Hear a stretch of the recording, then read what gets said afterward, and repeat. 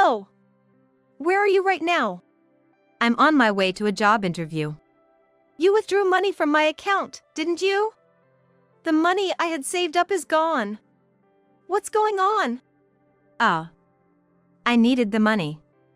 I was planning to pay you back once I got a job, so I didn't say anything. Don't joke with me. This is nothing short of theft. Have you lost the ability to distinguish right from wrong? I'm not saying I won't pay you back, so there's no need to freak out, okay? I told you I'd pay you back once I start earning money from a job. Don't you understand what I'm saying? My husband, who quit his job right after we got married and spent his days gambling. He had been using my savings. I was at my wit's end with my husband's defiance and hung up the phone. After that, we didn't speak for a week. One day, after working late, I came home at 11 p.m. As I approached our house, I saw the lights on. I wished he had gone to bed earlier. As I was about to enter the house. Ma'am, you shouldn't go inside right now. Oh. No. Why shouldn't I go inside, huh? It's not just your husband inside. He's borrowed money, you know. Actually, about that. Our neighbor, who had been lying in wait for me. I was surprised since we had never spoken before, but his next words left me speechless. Judging it too dangerous to enter, I decided. My name is Sally, and I currently work in an office at a small to medium-sized company, living alone. When I was in high school, my mother fell ill, and I started working right after graduating from high school. It was a tough decision for me at the time since going to college was not an option due to our family's financial situation.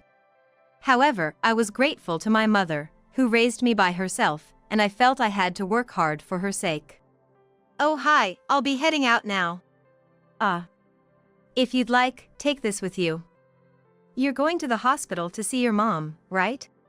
Are these pastries? Here, I heard your mom is hospitalized, and I thought she might like these. Actually, a client brought it as a gift. You're always working hard, after all. Thank you so much. My mom loves sweets, so she'll be thrilled. Honestly, the reason I was able to get a job even with just a high school diploma was because it was an office job.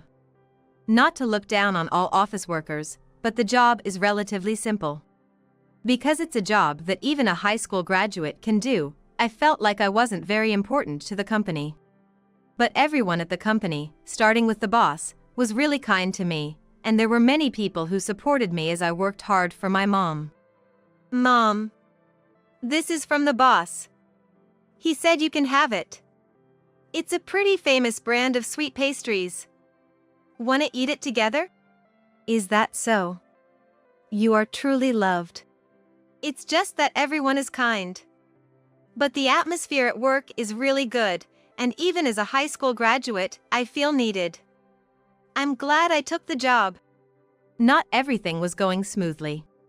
It wasn't a matter of life or death, but my mom was hospitalized, and those costs were nothing to sneeze at. Since I worked as an office worker, my salary wasn't that high, and after paying rent and hospital bills, there was hardly any money left over. Of course, I didn't have any money to spend on hobbies, nor did I have the time, but I wasn't lonely, nor did I suffer from mental stress. Moreover, recently, someone had been making advances towards me, and my heart was a bit fluttery. Sorry. I'm late. The meeting went on longer than expected. Did you wait long? Not at all, don't worry. Good. Then, since it's already late, let's go grab some dinner. He was a salesperson who had come to the company where I worked, and as an office worker, I had met him several times. At first, we interacted purely on a professional basis, but after he made advances, we went out for dinner. It had been years since I had gone out to dinner with a man, and I really enjoyed it. After a few months, we started dating, and a year later, we got married. Both of us were over 30, and there was a rush to get married, but I was glad I could marry him. However, my opinion changed about a month after we got married. You know, I've decided to quit my job. Excuse me? My current job isn't what I want to do. So, I'm going to pursue what I really want to do from now on. But what about our living expenses? For a while, we can manage on your salary. Don't worry, I won't be unemployed forever. Being newly married, and though not a lot, I was able to bring in a stable income. That's why I decided to support my husband's job hunting. A job is important as a means to earn money, and it's natural to seek a position that pays more. But since it's something you do every day, you shouldn't settle for less.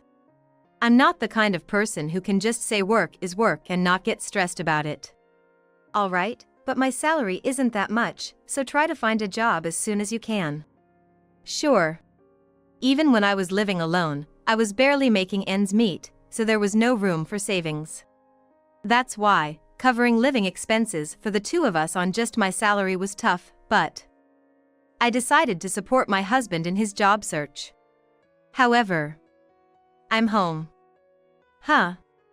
Did you smoke? Me? Smoke? No way. Then why do I smell cigarettes? Could it be gambling at casino? Ah. I went to an interview today, and I stopped by on my way back. I've told you to quit gambling. Why would you do that? It's just a little break. You can't expect me to spend all my days just going to interviews without any breaks, right? Indeed. I understand that being chased by interviews every day can accumulate stress. But isn't that unavoidable? He was the one who quit his job, and I was the one funding his job search. On days he has interviews in both the morning and afternoon, I even give him lunch money. If there's money for gambling, I wish he'd save a bit. Where are you even getting the money for gambling? From the grocery money. If I end up making a profit, you shouldn't have any complaints, right? I've told you to not dip into our living expenses. It's not like we're in a huge debts. Plus, if I shop during the supermarket's discount hours, it ends up being cheaper. I'm the one who does the shopping.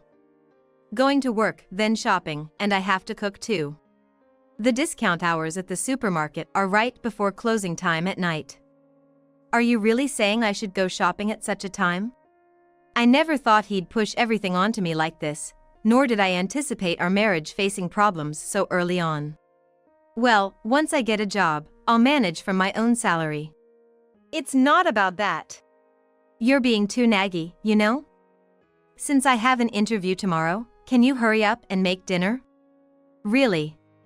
Why am I being made out to be the bad one here? If he has money and time to go gambling, he could have at least thought about me, working and doing household chores, and bought dinner. Well, expecting anything from my husband is probably pointless. Oh well. After saying all this, surely even he would understand. That was what I thought, but his behavior never improved. Hey. It's been half a year since you started your job search. When are you going to find something? If it were easy, I would have found something by now. Don't you get it? Finding the perfect job isn't that simple. I understand that, but isn't compromise important too? If this keeps up, you'll be unemployed forever. If there's a long gap, employers will wonder what you've been doing, and it'll only make it harder for you to get hired, you know? Stop nagging. You don't know how hard it is to change jobs. When I said that, my husband snapped back at me. But I don't think what I'm saying is wrong at all. Despite saying he's job hunting, my husband spends all his time gambling. The lack of progress in finding a job and the constant spending of money are causing me trouble. Lately, he's even started going out at night. I'm heading out for a bit. Again. It's already 8 p.m. Where are you going at this hour? Where? It's none of your business, is it? How can it not be my business? And, how are you managing the money? It's none of your business. Stop nagging me. Don't interfere with what I'm doing. He yelled and then left. Why do I have to be yelled at? And I don't even know where he's going. No money, but where and what is he doing at night? Could it be an affair? The thought crossed my mind, but I couldn't believe he would betray me to that extent. No. Maybe I just wanted to believe that. Despite having no money, going out night after night, an affair was the only thing I could think of, but I didn't want to add more worries to my plate. And so, about 3 months passed. My husband still hadn't found a new job, and time just kept passing by. Lately, I've been so fed up, wondering if he even intends to find a new job, but today, he unusually wore a suit and left early in the morning. I'll be home late today, so don't wait up for dinner. Got it. Take care. I was off work and at home, wondering if he might be going for an interview. Or maybe, he just wore the suit to deceive me and went gambling. I had set a limit for myself. If a year passed since he started job hunting and he still hadn't found a job, I'd consider divorce. I can't follow a person I can't trust. That's what I thought. While thinking such thoughts and tidying up the room, my eyes landed on a bank book I had stored in the dresser. I keep important things on the right side of the dresser. So why was it moved to the left? Thinking this, I quickly checked the contents of the bank account balance. And almost all the savings I had saved up were gone. What's going on? Who could have? Various thoughts came to mind, but there was only one suspect. My husband. He might be at an interview, but regardless, I called him. Hello. Where are you right now? I'm on my way to an interview. Did you withdraw money from my account? The money I had saved up is gone. What's going on? I needed the money. I was planning to pay you back once I got a job, that's why I didn't tell you. Don't mess with me. This is nothing but theft. Have you lost the ability to tell right from wrong? I'm not saying I won't pay you back, so there's no need for you to freak out, okay? I told you I'd pay you back once I get a job and start making money. Don't you understand what I'm saying? Hold on. Why am I being made out to be the bad one here? The current situation. It's 100% my husband's fault. I could understand if it were savings we saved up together after getting married. But this is money I've saved up on my own over 10 years. Even though it was tough just covering my mom's hospital bills and living expenses, I saved a little bit whenever I could. The amount might not have been huge, but such betrayal. I couldn't forgive. It's not about the amount. It was the betrayal by my husband that made me furious. Don't mess with me. You might as well not come back home. I said and hung up the phone. Maybe he needed money urgently. Well, most likely, he spent it on gambling or something, but even if not, shouldn't he have discussed it with me first? Just because we're family doesn't mean anything goes. Especially with money lending and borrowing among family, it has to be handled properly. It's a matter of trust. Even a child knows that. I won't accept an adult not understanding this. The more I thought about it, the angrier I got, and I couldn't control my emotions, that's how mad I was. That evening, I went to the hospital to discuss this with my mom. Can you believe he spent the money I saved up without asking? Isn't that crazy? Yes, it's unbelievable. My mom said it's better to divorce such a person. You shouldn't marry someone you can't trust if you're going to spend decades together. I was planning to wait a year, but I started thinking it's better to divorce him sooner, that's how I felt. When I returned home, my husband hadn't come back yet, so I ate and went to bed. I had work the next day, so I ate breakfast and headed to the office. There was a lot to do, but my mind was preoccupied with yesterday's events. I could barely get anything done and couldn't concentrate at all until the evening. However, I couldn't just leave without doing anything, so I decided to stay late and finish today's work. Are you still here? You know, you can go home and come back to it tomorrow if you need to. No. I couldn't get much done today, so I need to finish what I have to before I go home. Have a good evening. I said this to the boss and went back to my work. Even though I knew I had to finish today, my work speed was less than half of my usual. My mind was filled not with work, but with thoughts of my husband. Switching my focus was easier said than done. What am I going to do now? If I'm going to divorce, when should I do it? And how should I bring it up? My unemployed husband can't live without me. Even if I say I want a divorce, I don't think he'll agree easily. The place we're living in is in my name, so moving out would be a hassle. And without any money on hand, moving out wouldn't even be an option. What should I do? As I pondered this while working, it quickly became night. I'm finally done. But it's already 9 p.m. It was past 9 p.m. when I finished, and I went out to eat. Probably my husband was back home, and I didn't want to see his face. That was all I could think about. After eating at a diner, it was about 10:30 p.m. It's about time to head back. Thinking this, I reluctantly started my way home. I arrived at the street in front of my house in about 30 minutes, walking with my head down. The lights were on inside, so my husband was back. I wished he had gone to bed earlier so I could avoid seeing him, but as I got closer to the house. Excuse me. What? The person who came out from beside the house was a young, tall man. His hair was long and unkempt, and he was wearing sweats. I stepped back in fear, but this person lived next door. We hadn't spoken before, and he was rumored to be a recluse in the neighborhood because he was always home.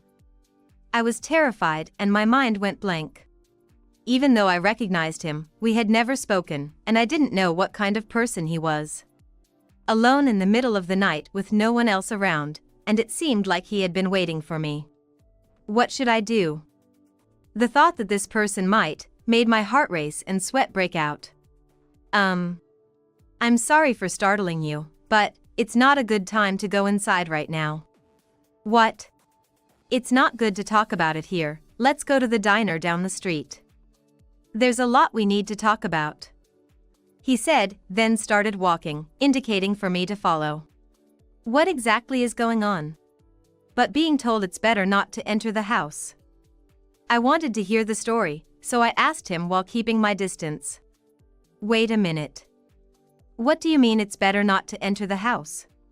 There are people in the house, not just your husband. Your husband, he's borrowed money, right? The people collecting that debt are waiting for you. He said this while looking into my eyes, then started walking again. Could it be about debt collection? I had no idea my husband had borrowed money. Sure, he had used up my money, but did he borrow money after running out? For gambling. I didn't know what he was up to, so I couldn't be sure if this guess was right, but if what he's saying is true, it was right not to enter the house. And he might know something. If it's at a diner, there are people around, and I won't be put in danger. Thinking this, I decided to follow him. We arrived at the diner in about 10 minutes, and we ordered some drink. So, what's happening exactly? First, I apologize for startling you. It looked like I was lying in wait, but I had to do that to prevent you from entering the house. That's okay, but what exactly is? Actually, I'm a foreign currency trader. I work from evening to midnight.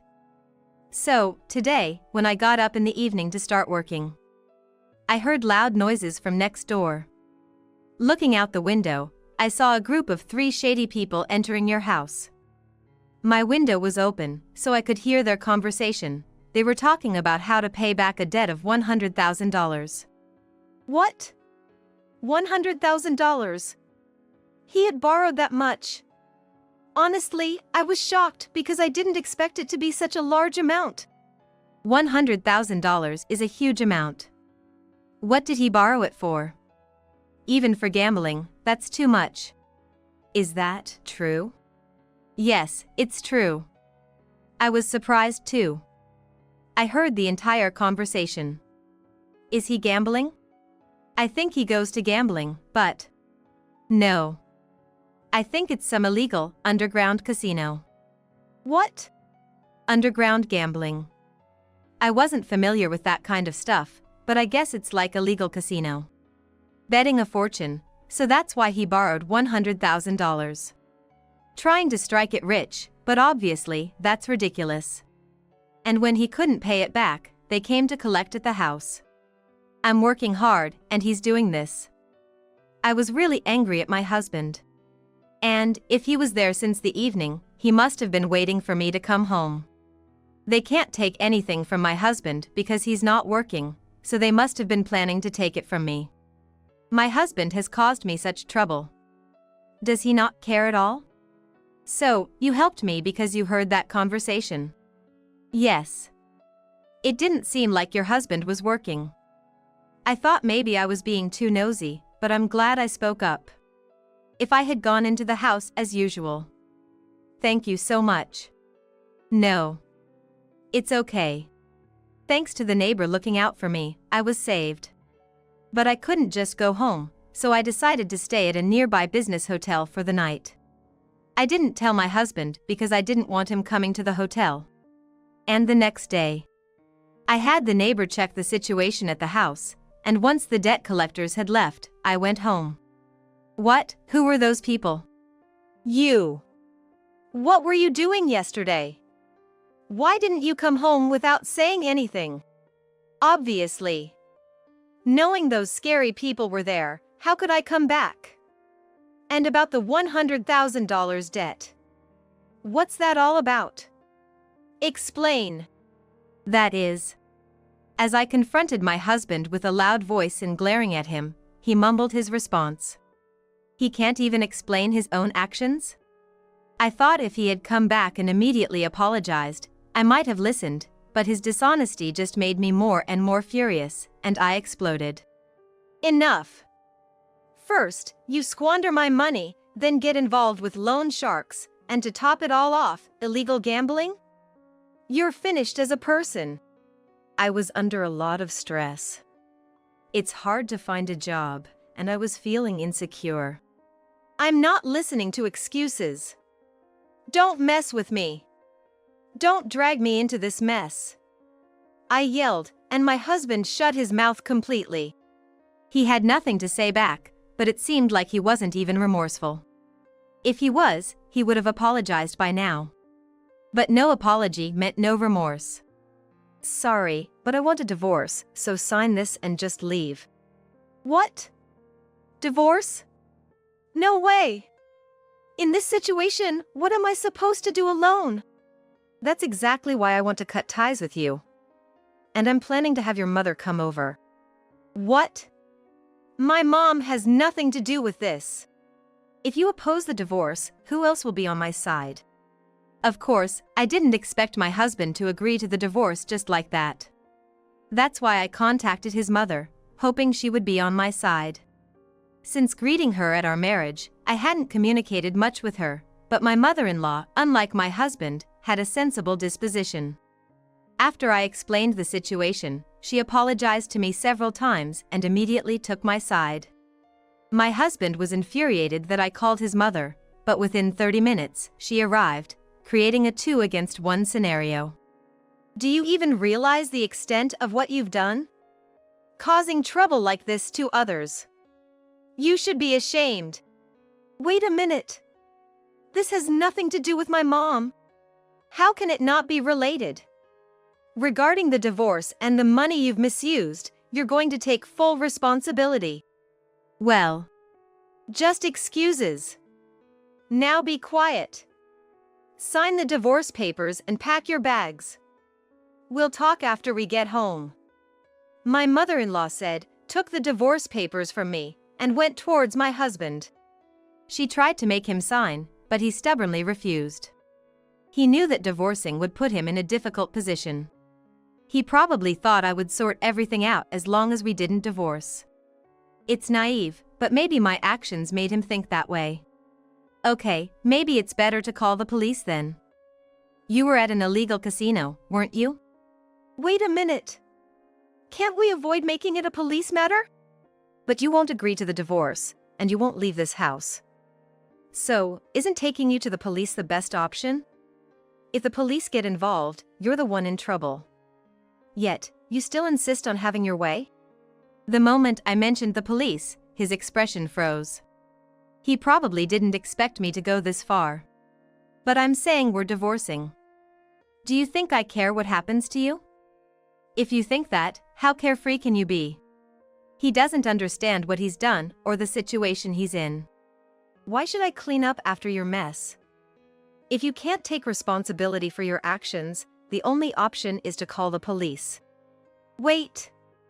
Please, no police. I'm begging you, seriously, don't do that. You're not working, so what's the problem with being reported to the police? It's not about that.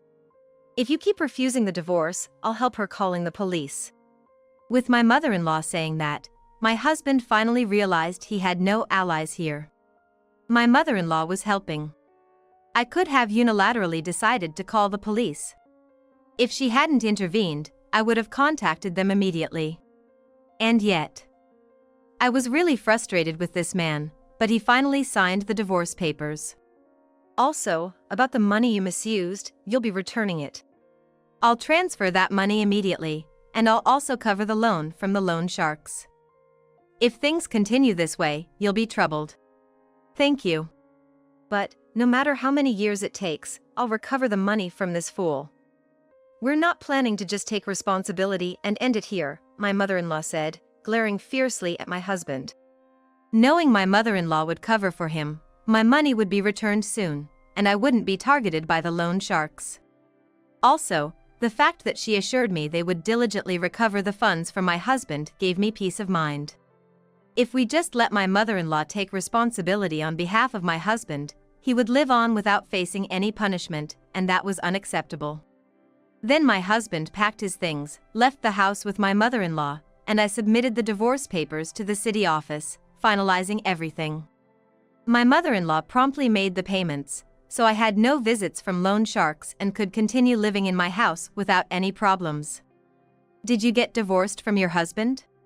Yes. It's been quite the ordeal. I'll be continuing to live here, so I hope we can get along well. Likewise, let's be good neighbors. I properly greeted the neighbor afterwards, thanking him for helping me at the last moment and apologizing for any trouble I caused.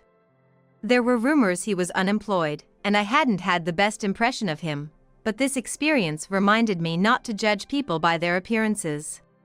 Later, I heard from my mother-in-law that my husband had started working at a factory owned by one of her acquaintances and is now living with his parents, working hard every day on a modest salary. His salary is entirely devoted to repaying my mother-in-law, leaving him with no disposable income.